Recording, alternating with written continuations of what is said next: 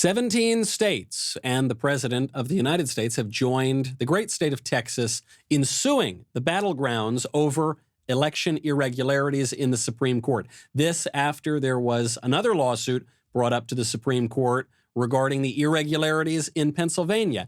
And the host of this show has been asked to argue both of those cases before the Supreme Court. This is Verdict with Ted Cruz.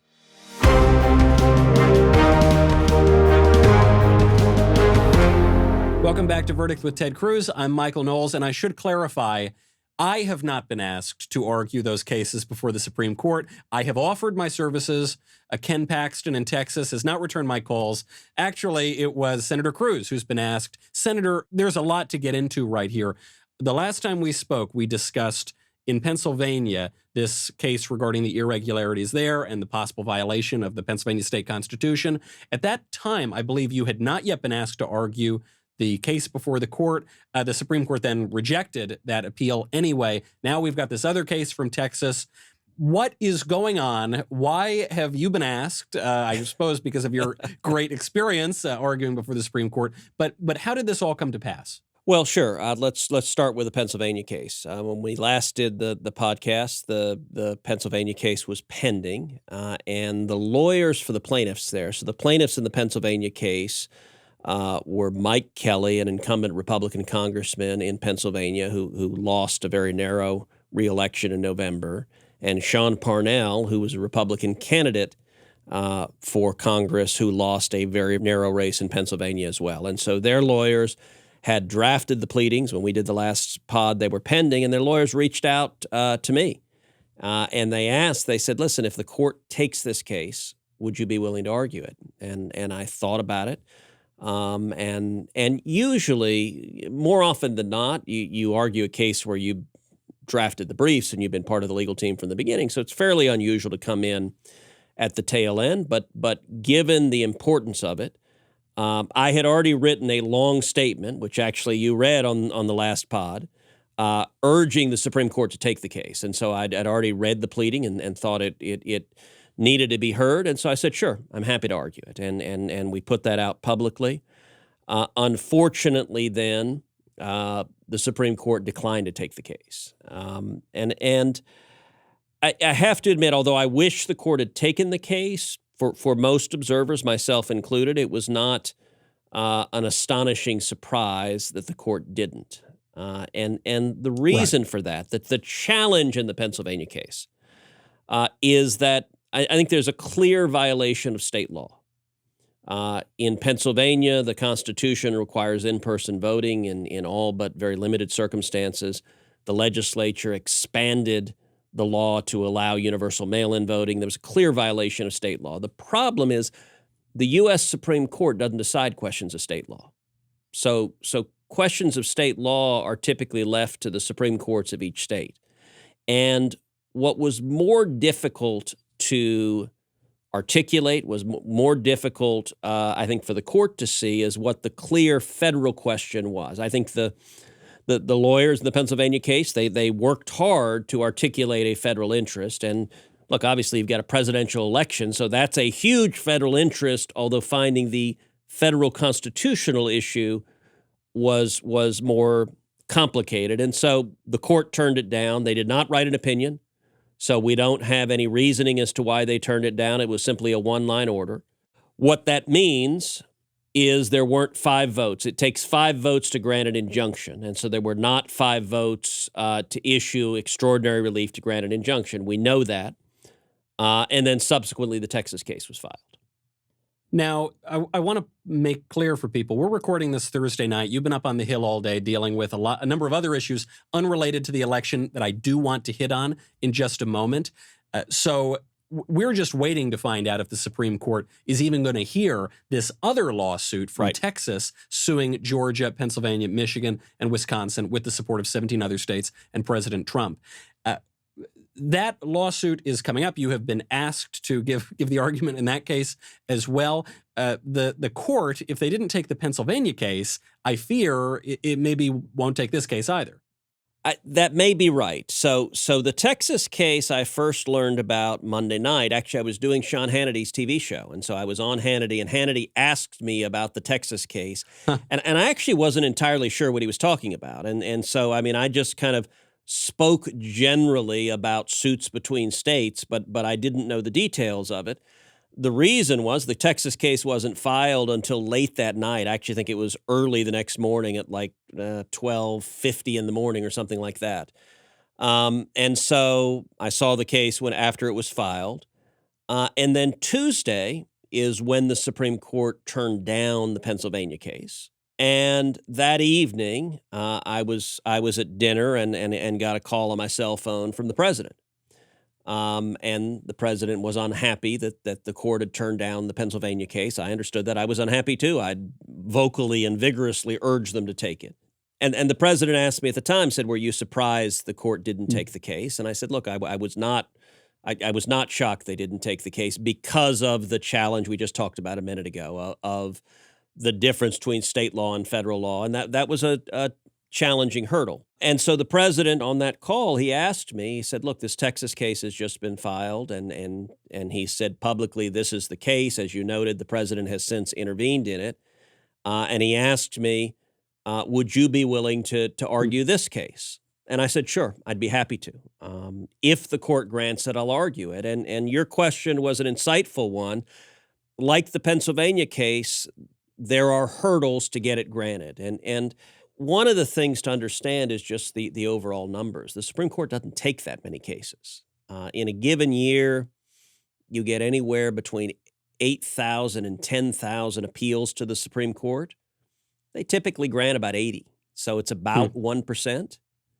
A suit between the states is different, and this is a suit between Texas and 4 other states, Georgia, Pennsylvania, Michigan, Wisconsin. Under the Constitution, the Supreme Court has what's called original jurisdiction in suits between states. That means, typically if you file a federal lawsuit, you go file it in federal district court. Like that's how virtually all federal lawsuits begin. A suit between 2 or more states, you can file it in the U.S. Supreme Court. It has original jurisdiction, but it's not mandatory jurisdiction. So they don't have to conduct a trial. And actually in suits between states, so they usually come up in the context of, say, a dispute over boundaries or a dispute over a river. Those are the circumstances where you get a fight where 2 states are saying our line is here and the other state is saying, no, our line is here.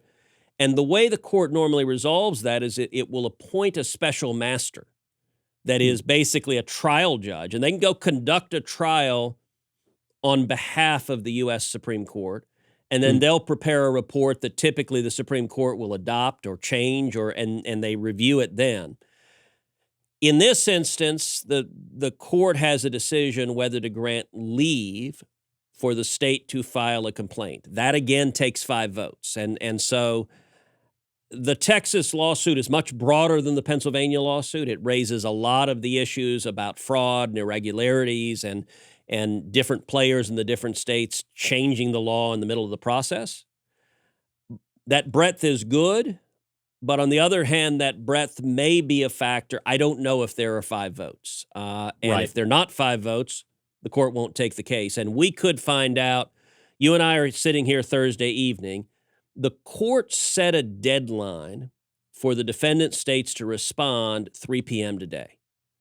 And so after the response, the court could resolve it at any time. It could be tonight. It could be tomorrow. Now, the court could say, we're going to set a oral argument date for day after tomorrow. I mean, they could move really fast. They could move really slow. They could deny it altogether. So by the time this pod comes out, which I think will be sometime Friday when we get it all edited and processed and put out, we may know the answer, but as of right now, we don't know what the Supreme Court's going to do. And if they tell you that you've got an oral argument the following day, then you are going to have a very busy night and day. And I know there's other work that you have to pay attention to on Capitol Hill. So I do want to touch on a few of these issues because I fear that in the craziness of the election drama, we're missing out on some pretty important changes that have been going on. The Senate today backed a massive arms sale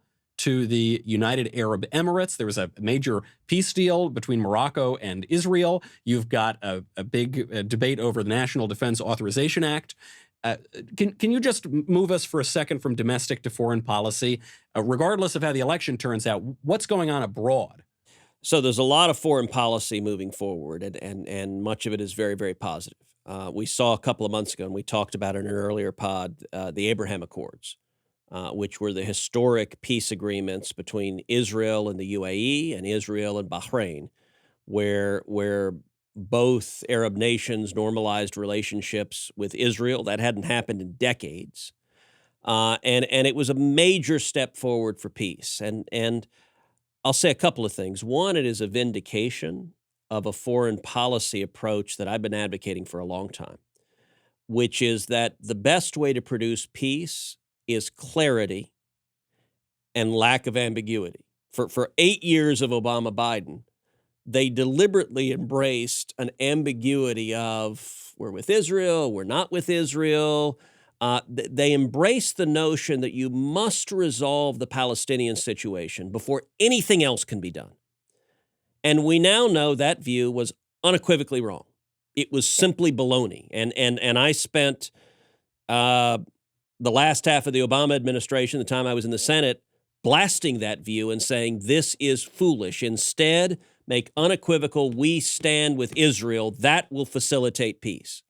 Well, when President Trump came in, he agreed with me. He moved the embassy to Jerusalem, a huge decision that I advocated for. He pulled out of the Obama-Iran nuclear deal, a huge decision I advocated for. Both of those, the State Department and Defense Department had argued against. So President Trump overruled his own state Secretary of State, his own Secretary of Defense, to move the embassy to Jerusalem to end the Obama-Iran deal. That clarity set the stage for the Abraham Accords. I'll tell you, the week the Abraham Accords were signed, I was at the White House for the signing. I spoke with the foreign officials in both UAE and Bahrain. Both said, we want to be friends with America. It's really important with us to be friends with America.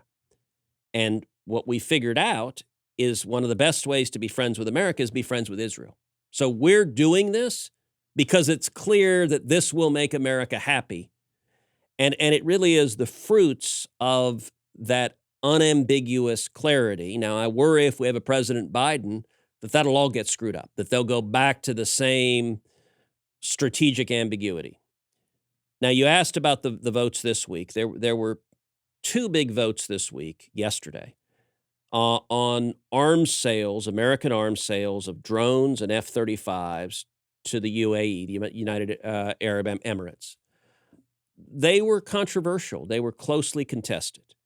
Rand Paul wanted to disapprove of the arms sales, and most of the Democrats wanted to disapprove of the arms sales. And I got to tell you, this week I struggled on this question. This was not an easy question for me. It was a close question. And the reason is, look, if you look at the history of the Middle East has been a tinderbox. Weapons like the F-35, the most advanced airframe we have, only Israel has it in the Middle East right now. And so I viewed that as a big threshold for another Middle East country to get the F-35. And so I spent hours on the phone with the Israeli ambassador, Ron Dermer, who's a very good friend of mine, and we talked about it at great length, with the UAE ambassador, who I've also gotten to know well, with Jared Kushner, with others in the administration, with others on my team, really trying to understand the pros and cons of it. And ultimately, I voted in favor of the arms sale. And I did so because I think it was a component of the Abraham Accords. It's part of how we brought UAE to the table to make peace with Israel. That was a big deal. Also, Israel, both Benjamin Netanyahu and Benny Gantz, so the prime minister and the lead opposition figure, both of them supported the sale. That is weird to unite them. That doesn't happen very often. They were united on the Abraham Accords. They were united on the arms sale. One of the important pieces of that U.S. federal law requires that our policy ensure Israel have what's called a QME, a qualitative military edge. Basically, that their Hmm. military can kick the butt of every other military in the Middle East. Right. That's how you avoid warfare, by making it clear nobody else can take out the Israelis, so you don't have what we saw in the 60s and 70s, which is Middle East war after Middle East war. Based on extensive conversations with the Israelis and with our own Pentagon, and based on classified briefings, I became comfortable that this sale didn't undermine Israel's qualitative advantage. And, the UAE ambassador, he said, look, we stuck our neck out. We made this peace deal with us. We're standing with you. We want to stand with you. We've sent our soldiers into combat alongside you. And this is an important part of defending ourselves against Iran. That ultimately to me was persuasive. Now, here's the interesting thing, Michael. I think it is likely that my vote was decisive on this. Huh. I was one of the last senators to vote. And I wanted to wait and see where the vote shook out. When I walked up, they were whipping pretty hard, and John Thune, the Republican whip, he was kind of leaning in on me. Although I will say that they've actually learned that whipping hard, like beating me with a stick, doesn't work. Yeah. So, he was kind of asking me where you're going to be, but wasn't being too aggressive. And when I went up to vote, I was looking at the vote tally, and John just said, I think your vote will probably decide it. And I said, okay. And so I voted in favor of the sale. What's interesting is that two Democrats immediately after me, Kyrsten Sinema and Mark Kelly, both from Arizona, both voted the same way within a minute. Right. Now, Sinema had been talking about doing it anyway, but it ended up being approved 50-46. So those three votes that clustered at the end, if the three of us had gone the other way, it would have been disapproved. Right. And it's interesting also, Senator, to note that when you look at national politics from an outsider's perspective, you just assume there are no gray areas. There's no deliberation. People know exactly where they stand. We have a very polarized country. And I remember during impeachment, this kind of surprised me, which is that things are happening in real time. People are taking in new information. They're deliberating. They're making up their minds. The way one person votes is going to affect perhaps the way other people vote. And these issues have a little more complexity maybe than some of the more knee-jerk issues that we all know exactly where we stand. No, I think that's right, and particularly questions of foreign policy and national security. There can be close calls. There are calls about standing with allies and resisting those who are enemies. They're easy calls. There are things like the Obama-Iran nuclear deal being a train wreck, which I actually think is a very easy call. Yeah. And if we end up with a Joe Biden administration, I expect that they will try to gallop back into that terrible deal. And if that happens, I'm going to spend the next 4 years fighting hard against that. That's an easy call. This one was much more on the edge, and I spent, as I said, hours really trying to listen to the relevant players, listen to the experts, understand the details to get comfortable with the right call. Right. And I love your point about clarity with our friends and clarity with our enemies. I would be remiss if I didn't mention that as we're talking about the threats from Iran, the threats from China, it did come out this week that a certain Democratic member of the House of Representatives got extraordinarily close with a Chinese spy. Well, I got to say, Michael, for a long time, I've accused the Democrats of being in bed with the Chinese communists. I just didn't realize that was more than a metaphor. Yes. Representative Eric Swalwell appears to perhaps in particular have taken that message to heart. This is a real issue, though. I mean, China has spies in the United States, and the United States spies on other countries, too. A lot of countries do it. But the degree of infiltration that China seems to have taken with the top ranks of the Democratic Party is troublesome. Well, and let me be fair about what we know publicly, and I don't know anything beyond what you've read in the newspapers, so I'm not divulging anything confidential. But what's been released publicly is there was this spy for the Chinese government, a communist spy who's a beautiful woman, who apparently was assigned to get very close to Democrats, and it appears California Democrats in particular. And what's been made public is apparently she had sexual relations with two different mayors.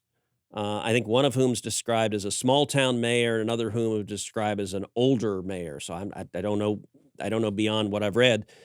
Swalwell, to be clear, what's been released has not alleged that he went to bed with her, but he spent 3 days refusing to answer that question. And you and I are both married, and I can say in your marriage and mine, if you come home and your wife said, "Did you sleep with that woman?" and your answer isn't immediate and unequivocal, you got a problem. Yes, yes, very wise. That it doesn't take a total political genius to to read that situation, but obviously worrisome, especially if we do get a Biden administration, that there will be cozying up to Iran, cozying up to China, and then there is this other contentious issue. We only have a few more minutes before we can get to mailbag, but the NDAA, the National Defense Authorization Act, this is another issue where fights are breaking out within the GOP. We don't know how the vote necessarily is going to go. What's the controversy here?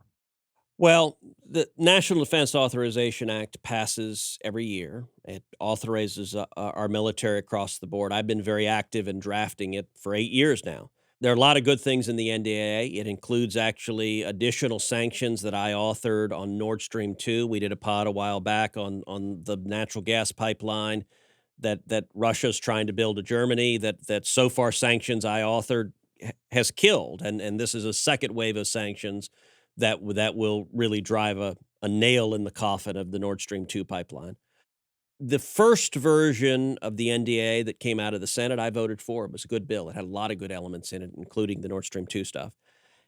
The House bill was much worse, and in the conference committee, this bill has gotten a whole lot worse.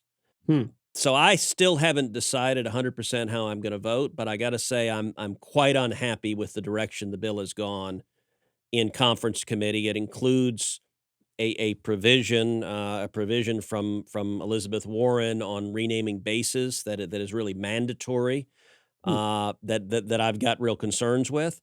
It also includes a provision that restricts the ability of a president to draw down military from overseas conflicts like Afghanistan. And one of the things I very much agree with President Trump on is, as he puts it, ending endless wars. That I think we ought to be bringing our sons and daughters home, that we should use the military where needed, but be very reluctant to engage in foreign military conflict. And this provision, some of us were talking in the cloakroom, and one senator put it this way. So let me get this straight. A president unilaterally can get us into war anywhere in the world, but can't get us out of war anywhere in the world. That's kind of a weird standard.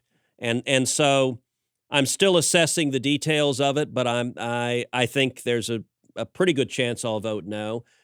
My guess is there'll be enough yes votes to pass it, and maybe even to override a presidential veto. The president has suggested he might veto the bill. In the House, at least, there was a big enough margin that if the president does veto the bill, the House had a big enough margin to override a veto. It takes 2/3 of the House, 2/3 of the Senate. If you were to guess, it's a pretty good guess that there will be a similar margin in the Senate, but I think we'll lose some of the votes we had. This actually brings us to a mailbag question from Real Truth Cactus, which, if you're not following Real Truth Cactus on Twitter, is the cactus from our show. But whoever created that account, really great work, terrific stuff. This gets to the Senate majority, or what it really means to have a Senate majority. Cactus writes, I don't know the gender of Cactus. Cactus writes, I know the Georgia Senate races are important. Is gender ever knowable, Michael? You make it, it remains to be seen day by day how the cactus will identify. But the cactus wants to know, the Georgia races are very important, but should we also not be worried about rhinos such as, and then he puts in a name of a colleague of yours. I will not mention that to be polite to your colleague, but I think we all know who we're talking about, siding with the Democrats' agenda, assuming that Joe Biden does win. Are we, let's say we win and we have a majority in the Senate, but then we've got all these squishes that vote with the Democrats. Yeah. What does that get us? Look, absolutely we should be worried about that. If we win in Georgia, if we are 52-48 Republican, which is what we are right now, and Joe Biden is sworn in as president, we're going to have a rough couple of years. Yes, there are going to be squishy Republicans wanting to make deals with the Democrats, wanting to make deals with Joe Biden. That's going to be a real issue. And I fully expect some terrible spending bills of $1 trillion here, $1 trillion there. I think there's a real risk of a big amnesty bill. I'm very worried about that. I actually met yesterday with a number of leaders against illegal immigration, helping mobilize efforts to fight a Biden amnesty if God forbid we have a Biden administration. And are there Republicans who would go along with that? Sadly, yes, in a heartbeat. So these fights will not be done if we have a narrow Republican majority, but having the majority is enormously important, because if there's a Schumer majority, there will be a massive tax increase. If there's a Republican majority, we're not going to have a massive tax increase. If there's a Schumer majority, the District of Columbia will become a state, which will elect 2 new Democratic senators. If there's a Republican majority, D.C. is not becoming a state. If there's a Schumer majority, I think they will pack the U.S. Supreme Court. They'll add 4 new left-wing justices to the Supreme Court. We've talked about that a lot in this podcast. Obviously, my book, One Vote Away, talks about the consequences of that. If there's a Republican majority, the chances of packing the Supreme Court are 0.00%. Ain't going to happen. So the majority gives you ball control. What you can do is you can control what comes to the floor. So I'm not suggesting winning Georgia will solve all our problems, but losing Georgia, I think, would likely create massive structural damage to the country. Right. This is one of my favorite parts about doing this show is we get down into the detail, into the granular level. And often people just want to talk in all or nothing kind of terms. But what you're saying is, yeah, having the majority doesn't give us everything. You might still get a ton of terrible legislation, especially with the squishes. But there are certain fundamental pieces of legislation that have a 0% chance of passing. And that is more than enough to keep me fighting. Last question. This question also from Real Truth Cactus, who writes great questions. Can this lawsuit... All right, Michael, is that you? I wish. I'm not nearly clever enough at social media. Actually, I clicked on the account on Real Truth Cactus, and it's just a cartoon version of the cactus from this show, and very often adds his name to the show title. So this show is actually called Verdict with Ted Cruz and Cactus. But he wants to know, can this lawsuit between the states delay the finalization of the election? Or will we have a president no matter what in January? I know we've got these deadlines coming up. The electors are going to vote. But January comes along. Do we have a certainty on the president or not? So in the ordinary course of things, we will have a president, either a new president or the same president sworn in on January 20th. That is the date set by law. You can go through all sorts of hypotheticals if the Supreme Court takes the case and issues an extraordinary order, but I think in 999 out of 1,000 universes, we're going to know by January 20th. To paraphrase Jim Carrey from Dumb and Dumber, what I'm hearing you say is, we have a chance. That's what I'm hearing. We will find out. Obviously, these things are happening in real time. You are in many ways at the center of this because the president has asked you to argue this most recent case if it goes to the court. There's a lot happening. So I suppose we'll have to just come right back again and do another pod when we know more. In the meantime, I'm Michael Knowles. This is Verdict with Ted Cruz.